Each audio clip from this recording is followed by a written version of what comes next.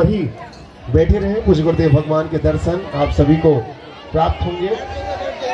बोलिए बागेश्वर धाम सरकार की, परम पूज्य गुरुदेव भगवान की, सदगुरु सन्यासी बाबा की, अन्नपूर्णा माई की, भारत हिंदू राष्ट्र की, भारत हिंदू राष्ट्र की, भारत हिंदू राष्ट्र की। जय जय श्री राम, जय जय श्री राम, जय जय श्री राम। हम सभी आज पूज्य गुरुदेव भगवान के दिव्य दर्शन, जो पीछे भी हैं, आप सभी दिव्य दर्शन पूज्य गुरुदेव भगवान के कर सकते हैं। जय श्री राम।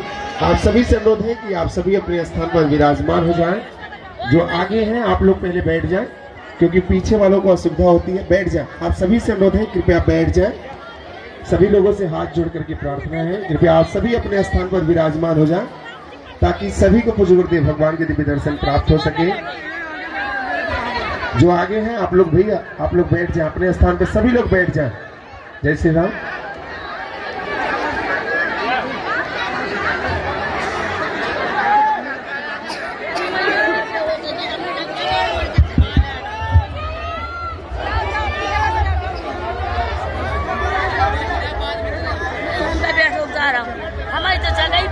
अश्वत्थामा बलर्व्यासो हनुमानस्य विभीषणः कृपा परशुरामस्य सप्तैते चिरजीवनः।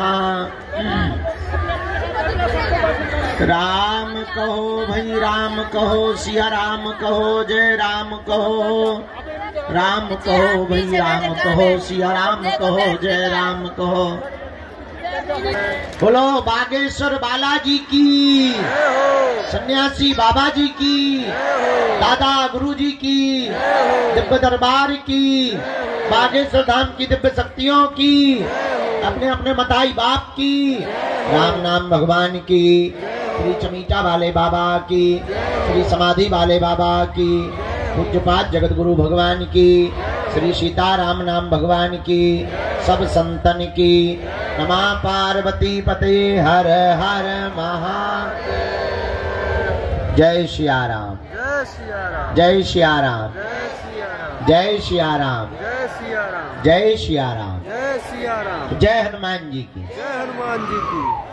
आज पावन तीर्थ बागेश्वर धाम की दिव्य धरती पर उपस्थित आप सभी जनमानस, आप सभी प्रियजन परिवारजन, पावन तीर्थ बागेश्वर धाम की यह दिव्य धरती धन्य है, जहां श्री बागेश्वर बालाजी और सन्यासी बाबा विराजमान है, जिनकी कृपा से समूचे भारत में सनातनियों के अंदर एक जोश उत्पन्न हुआ है, जो एकता की एक बहार आई है।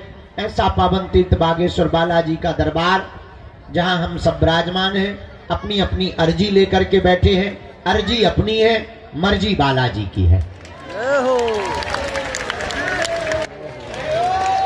आज भी विभूति बांटेंगे, कल भी बांटेंगे। और हाँ, पर्चा बने या ना बने, आप दरबार में आ गए, नारियल बांध दिया, परिक्रमा लगा लीजिए, दर्शन करे, बालाजी यहाँ विपदा सुना दी, पेशीवर शुरू कर दो, पक्का जाओ, काम हर हाल में होके रहेगा। बाई ते बैठ जा, जगत जननी भवानी बैठ, होशियार न बन जाता, बैठ जाते हैं, बनी ठनी आई से होशियार बन गए, बैठ जा। तो बालाजी के दरबार में ऐसी लीला है, कृपा है, भले ही पर्चा ना बने, पर वो जो है सबकी अर्जी को स्वीकार करते। क्या करते हैं? कुछ लोग कहते महाराज हमारी अर्जी नहीं लगी हो। अरे भाई, अर्जी का मतलब पर्चा का बनना नहीं है, नारियल बांध देना, परिक्रमा लगा लेना और बालाजी का तुमको बुला लेना, यही अर्जी लगना है। तो हमारा तो उद्देश्य ही अलग है। हम चाहते हैं तुम्हें दरबारों में ना भटकना पड़े, हम चाहते हैं तुम्हें दर दर ना भागना पड़े, हम चाहते हैं तुम्हारी आंखों में आंसू ना रहे, हम चाहते हैं तुमको धक्के ना खाने पड़े, हम चाहते हैं कोई तुम्हारी मजाक ना बनावे, हम चाहते हैं तुम गुरुओं के चक्कर में ना पड़ो, हम चाहते हैं तुम सदा सदा के लिए हनुमान जी के चक्कर में पड़ो।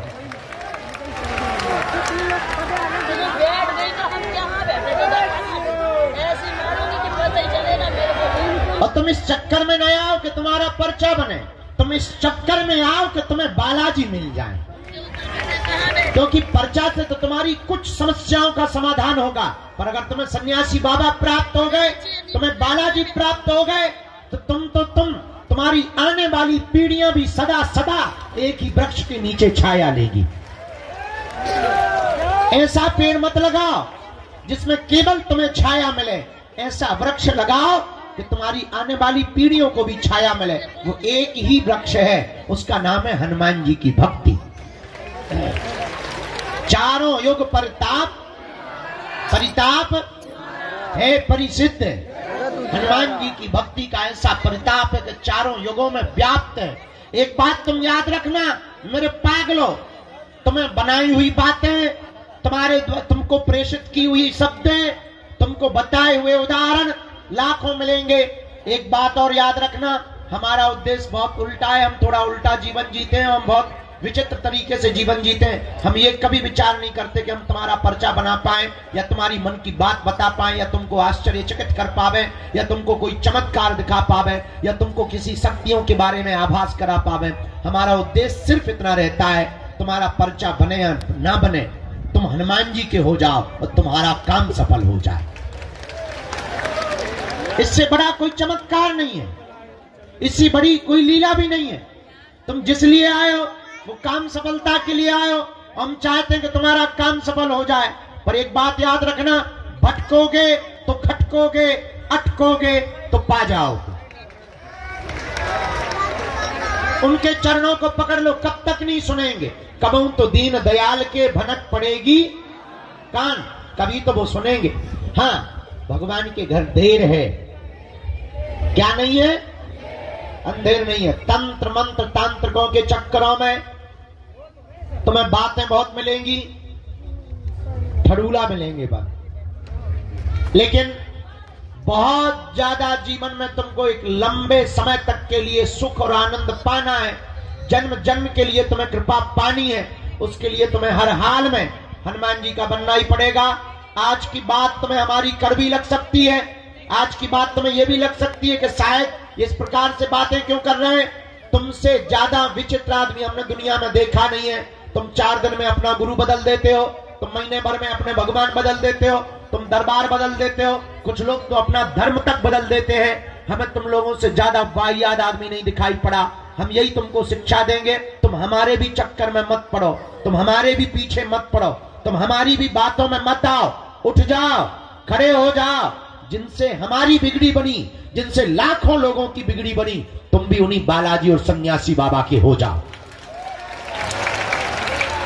वो सब सुन रहे हैं, वो सब देख रहे हैं, उन्हें सब आभास है। और तुम ये मत समझो कि तुम्हारी पुकार उन तक पहुंची नहीं।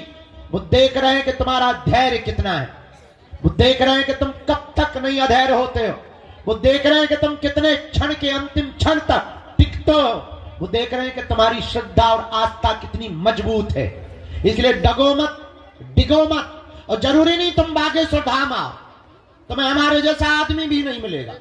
जरूरी नहीं तुम बागेश्वर धाम आओ, तुम जहां रहो वहां से भक्ति करो, वही तुम्हारे लिए बागेश्वर बालाजी है, वही तुम्हें सन्यासी बाबा है, वही तुम्हें दादा गुरु है।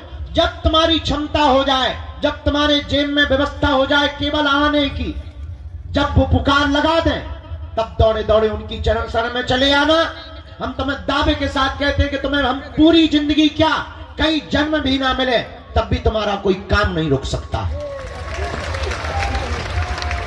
काम तो तुम्हारा होकर के रहेगा, क्योंकि काम तो उन्हें करना है, और जिन्हें करना है तुम उन्हें पकड़ो, जिन्हें कृपा करनी है तुम उन्हें पकड़ो।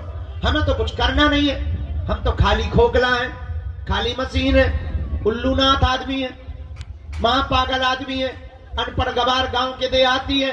हमें तो जो काम सौंपा गया उनके द्वारा कि तुम्हें ये करना है, तुम्हें हिंदुओं को जगाना है, तुम्हें खोई हुई आस्था को वापस लाना है, बस वो काम में लग गए। और कोई हमारा काम ही नहीं है। हमारा काम केवल तुम्हें हनुमान जी से जोड़ना है, बाकी का काम उनका। एक बात और हम तुम्हें बता दें, अगर वो काम सफल नहीं करेंगे तो नाक हमारी नहीं कटनी, उनकी कटनी है। हमसे ज्यादा अपनी नाक की चिंता उन्हें है। क्योंकि बड़ी नाक वाले वो हैं, हम नहीं है। हमारी कोई नाक क्या है, हमें अपनी औकात पता है कि क्या थी और क्या है। हम अपनी औकात को बहुत अच्छे तरीके से जानते हैं। तो जो भी कृपा कर रहे, जो भी नाम है वो हनुमान जी का है। तुम चिंता मत करो, तुम्हारे काम की चिंता, तुम्हारी सफलता की चिंता, तुम पर कृपा करने की चिंता तुमसे ज्यादा बालाजी को है, क्योंकि उन्हें अपने नाम की पड़ी है। इनके घर देर है, क्या नहीं है? जोर से बोलो, अंधेर नहीं है। इसलिए किसके चरण पकड़ना है? बालाजी के। जोर से बोला, बालाजी के। एक बात से तुम्हें बात समझ में आ जाएगी। बहुत से लोग कहते कि हम पर भगवान की कृपा क्यों नहीं होती। जरा माइक तेज करो, एक बात से बात समझ आ जाएगी। एक छोटा सा उदाहरण हम तुमको देते हैं। किसी गांव में एक आदमी रहता था, जोरू का गुलाम, लुगाई का गुलाम। होते भी हैं, ऐसी कोई बड़ी बात नहीं है। वो लुगाई का बहुत आज्ञाकारी था, जैसे कई चेले होते ना गुरु का आज्ञाकारी। लुगाई का बहुत आज्ञाकारी पति था, किसी गांव में रहता था। बरसात का मौसम आया तो वो मार्केट जा रहा था। तो पत्नी ने पूछा कि कहां जा रहे हो? उसने कहा कि मैं मार्केट जा रहा हूं। पत्नी ने कहा सुनो, बरसात आ गई है, छाता की जरूरत पड़ेगी, एक तुम छाता खरीद लाओ। पति ने कहा कौन सी बड़ी बात, मैं जाके ले आता हूं। चूंकि आज्ञाकारी था। पर पत्नी ने कहा सुनो, मार्केट में सब ठगने वाले रहते हैं, महा ठगुआ, तो तुम जो भी छाता लेना आधी कीमत पर लेके आना। अगर वो 20 बताएं तो तुम 10 में लाना, और 10 ही बोलना, क्योंकि वो हमेशा डबल बोलते हैं, दुगुना बोलते हैं। तुम ठग मत जाना, सीधे साधे आदमी हो। और पतियों को इसी बात पे बुद्धू बनाया जाता है कि मेरा पति बड़ा सीधा है। पतियों को बुद्धू बनाने का बहुत सरल तरीका है कि पत्नियां ये भर कह दें कितने सीधे हो तो पति बुद्धू बन जाता है पूरी जिंदगी भर के लिए। और कई बार तो पति खुद बुद्धू, क्या ससुर आता है देखने के लिए, वो कहते लड़का कितना सीधा है, और बेचारा बुद्धू बन जाता है। हाँ, गाय जैसा है। खैर गाय जैसी तो देवियां होती हैं। तो बेचारा पति बोला तुम ठीक कहती हो, मैं सीधा आदमी हूं। तो पत्नी ने कहा कि तुम छाता लेने तो जा रहे हो, पर आधे रेट में लेके आना, खबरदार। पति गया, मार्केट पहुंचा, दुकान पर तो एक छाता देखा। उसने कहा कि इसका प्राइस क्या है, इसका रुपया क्या है, इसका मूल्य क्या, खुदरा मूल्य क्या है? तो दुकानदार ने कहा कि 16 रुपया, सस्ता जमाना था, पुराना जमाना था, 16 रुपये में मिलेगा। इसने कहा कि यार बड़े मूर्ख आदमी हो, 16 रुपया तो बहुत होते हैं, हम तो 8 रुपया देंगे। चूंकि पत्नी की यही आज्ञा थी, तो हम तो 8 रुपया देंगे। दुकानदार बोला कि तुम्हारा दिमाग खराब है, 8 रुपया में तो नहीं आ पाएगा। एक काम करो, न तुम्हारी न हमारी 14 रुपया दे दो। पति बोला तब तो हम 7 देंगे। तो आदमी बोला तब तो हम 7 रुपया देंगे। दुकानदार बोला क्या खा पी के आए हो सुबह सुबह से? हम घटा रहे हैं तो तुम भी घटा रहे, तुम्हें बढ़ाना चाहिए। चलो अब सुबह सुबह से हमारी बोनी मत खराब करो। एक काम करो, 12 रुपया आय का आय दाम लगेगा, 1 रुपया कम नहीं लगेगा, 1 पैसा नहीं कम लगेगा। बोले फिर तो हम 6 में लेंगे। दुकानदार बोला यार बाप रहे हो, तुम्हारा दिमाग खराब है, ऐसे कोई लेता है? हमारी बोनी खराब कर रहे हो, शर्म नहीं आती तुम्हें? सुबह सुबह आ गए प्राण खाने के लिए, चलो हटाओ, 2 रुपए का हम घाटा से लेंगे, 10 रुपया में ले जाओ। बोले फिर तो हम 5 देंगे। दुकानदार को बड़ा गुस्सा चढ़ा, उसने छाता फेंक के मारा कि तू फ्री में ले जा, 5 क्यों देता है, फ्री में ले जा। तो ये बोला फिर तो हम 2 लेंगे। अब पूरे दिन दुकानों पे घूमता रहा, एक छोटी सी वस्तु छाता नहीं उसने ले ही नहीं पाया, मिली ही नहीं। पता है क्यों? क्योंकि वो एक भाव पे नहीं टिका था। एक भाव पर ना टिकने के कारण मार्केट की दुकानों से एक छोटी सी वस्तु छाता नहीं मिल पाया, छाता नहीं खरीद पाया, और तुम एक भाव पर बिना टिके परमात्मा को या हनुमान जी को पा पाओगे। जब छाता तुम्हें एक भाव पर टिके बिना नहीं मिल सकता है, तो क्या ये परमात्मा तुम्हें एक भाव पर बिना टिके मिलेगा? नॉट पॉसिबल, संभव नहीं है। इसलिए मेरे पागलों, तुम्हें ये कहानी बता के हम तुम्हें जगाना और बताना चाह रहे कि भटकोगे तो अटकोगे, अगर तुम अटकोगे तो पा जाओगे। भटकोगे तो एक दिन तुम्हें अटकना पड़ेगा, और हो सकता तुम्हारी मनोदशा ऐसी हो जाए। मनोवैज्ञानिक कहते हैं, विदेशी दार्शनिक भी कहते हैं कि कई बार, बहुत बार जब धक्के खा लेते हैं तो आदमी का भगवान से भरोसा उठ जाता है, डॉक्टरों से उठ जाता है, गुरुओं से उठ जाता है, टीचर्स से उठ जाता है, पड़ोसियों से उठ जाता है। बहुत धक्के खा लेने के बाद भरोसा उठ जाता है। हो सकता है तुम्हारा भरोसा उठ जाए, पर तुम्हें भगवान पे भरोसा ना हो, और कई बार भगवान तुम्हें मिल भी जाए तब भी तुम्हें लगे अरे इतने समय ऐसे ही होते। हो सकता तुम असली हीरा को पत्थरों की तरह फेंकते रहो। इस बात से ये उम्मीद समझो, एक कथा से तुम्हें ये बात समझ आएगी। फिर दरबार लगाते हैं। किसी गांव में एक राजा रहता था।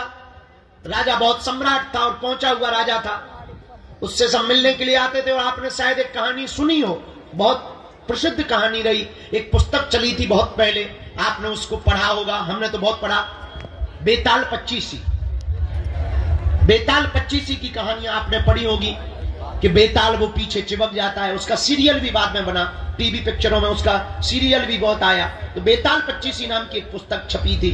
उसमें एक कहानी बहुत अद्भुत थी, वो हमें बहुत काम की लगी कि एक बार विक्रमादित्य राजा बैठे हुए थे। उसी समय कोई फक्कर महात्मा, फकीर, गांव के महात्मा आए। राजा रोज सुबह बैठते थे, लोग उपहार लाते थे, कोई माला लाता था, कोई पैसा लाता था, कोई मोहरे लाता था, कोई सोना लाता था। राजा अपने मंत्री को देता जाता था, राजकोष में लिखता जाता था। एक साधु आया, उसने एक फल दिया।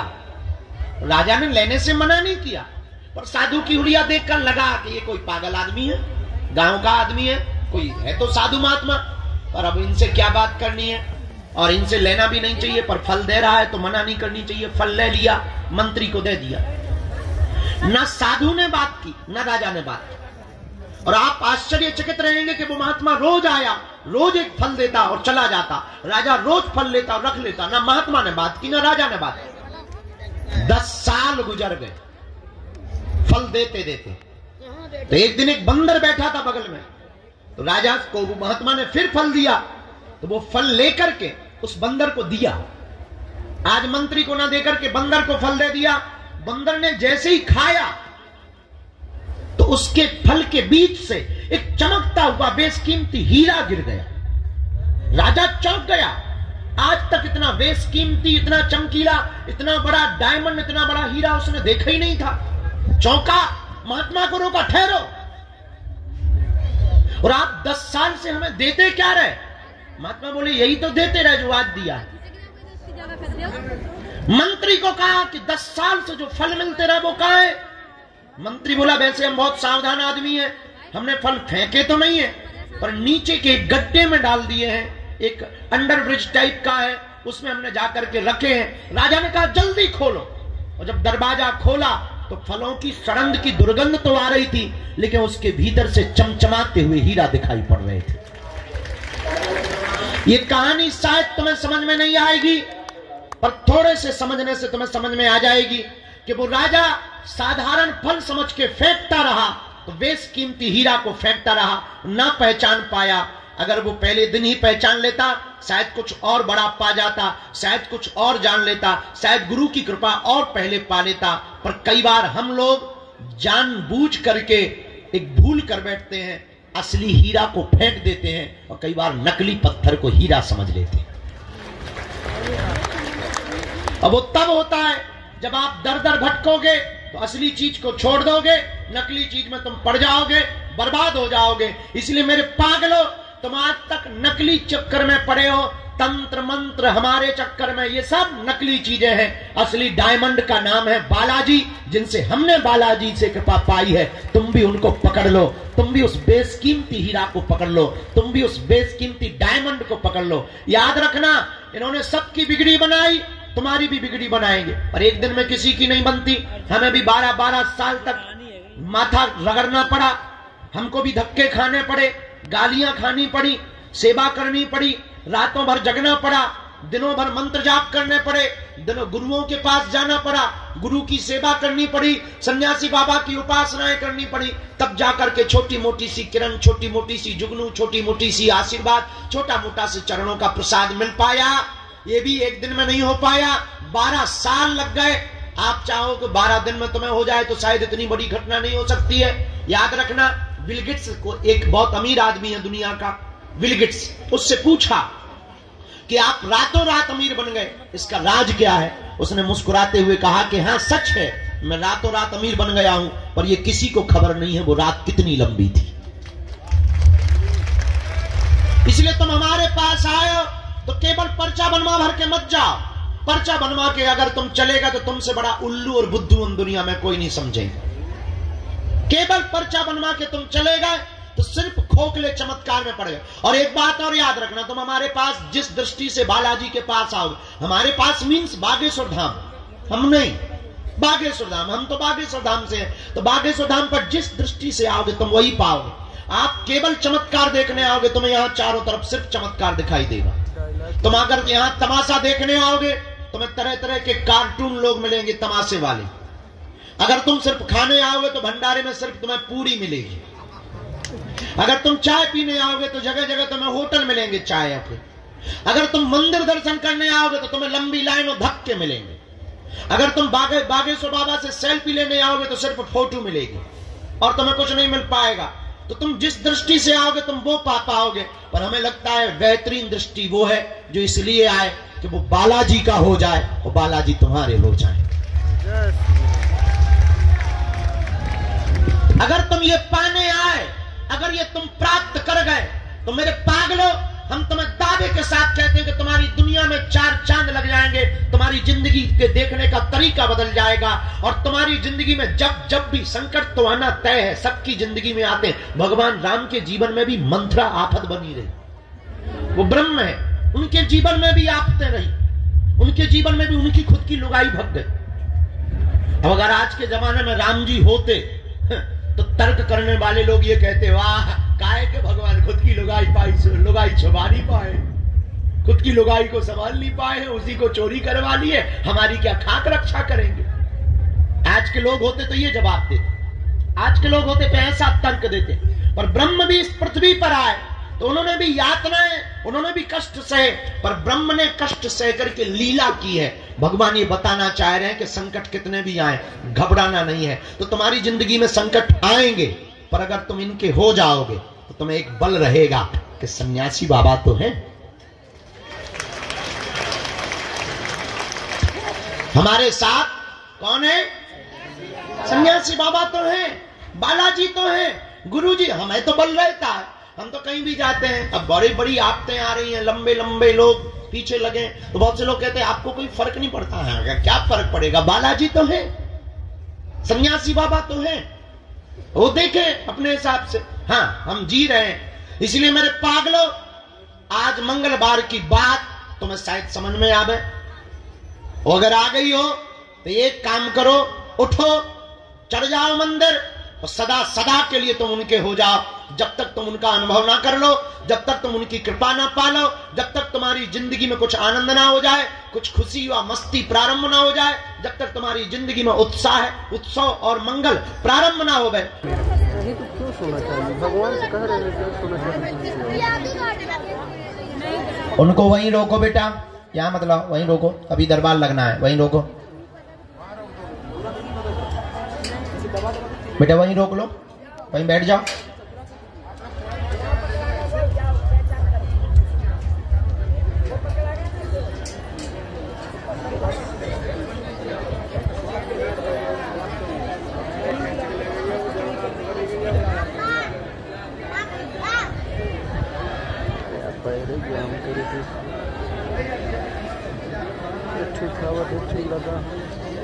हमने झूल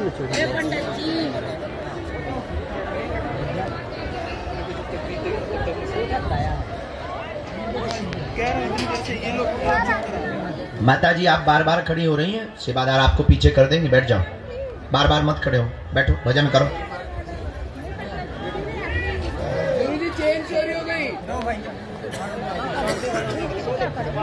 हमारा खुद भैया जिंदगी चोरी होगा, सेवादार में बता दो। बता चुके हैं। ये आज का पहला अर्जी क्रमांक। राम गुरुजी सीताराम, बालाजी सीताराम, सीताराम।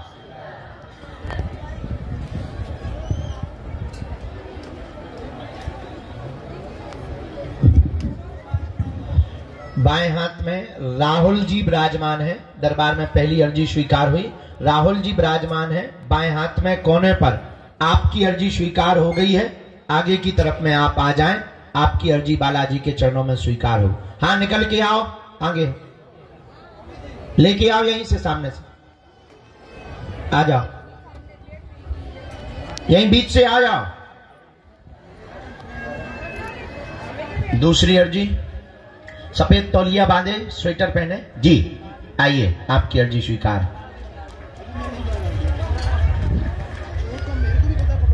तीसरी अर्जी जो स्वीकार हुई, पंडाल में सबसे लास्ट में माता जी जो पीला रंग का शॉल डाले हुए हाथ जोड़े हुए खड़ी हैं। हाँ हाँ, आ जाओ माता जी, तुम्हारी अर्जी स्वीकार हो गई है। यहीं से आ जाओ, चलिए आओ सीधी। रामचंद्र भगवान की। वो जो माता जी पीला शॉल डाले हुए चली आ रही, एकदम सामने से हाथ में पॉलीथिन लिए उनको। चलिए आओ, थोड़ा जल्दी चलिए आओ माता। राम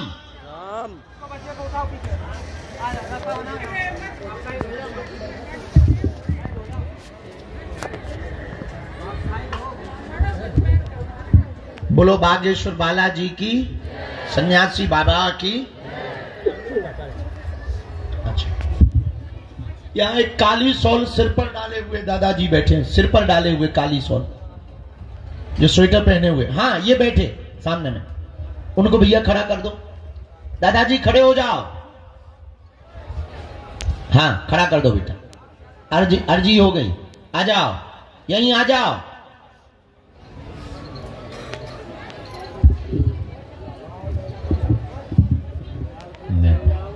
यहां नेपाल वाले बैठे भैया, बाएं हाथ, पधारो। आपकी अर्जी स्वीकार। कल रात वाले हो ना, आए आप, और केवल बच्चा भर आए, ज्यादा भीड़ लाने की जरूरत नहीं, पधारे। राम कहो, सीताराम। गुरुजी सीताराम। मनी मन में सब लोग जप करो, बालाजी से प्रार्थना करो, अर्जी स्वीकार हो। हाँ, ये जो बूढ़ी माता विराजमान है सामने, हाँ हाँ, इन खड़ी कर दो इनको, अर्जी इनकी लग गई है। हाथ पकड़ लो उनका। साथ में कोई मत आई, आ जाओ, कह दो अर्जी लग गई। संगे है कोई इनके, आ जाए वो। जय, बैठ जाओ। तुम सबसे लास्ट में हती वो ही हो। ठीक है, बैठ जाओ।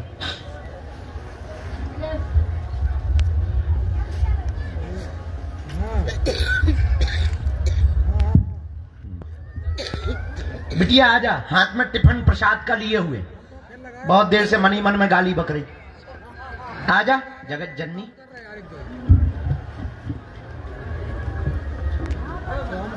प्रसाद लेके जो आई बच्ची, उसको भी प्रवेश करवा। राम गुरुजी सीताराम।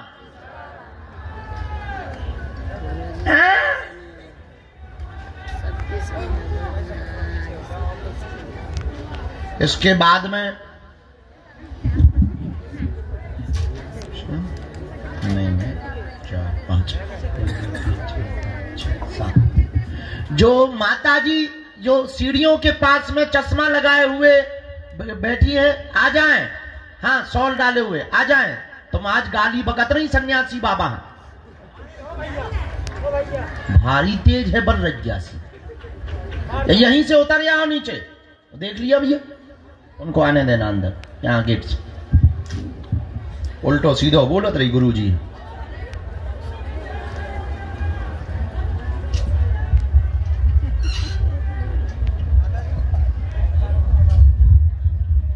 साथ में है कोई, बुला लीजिए।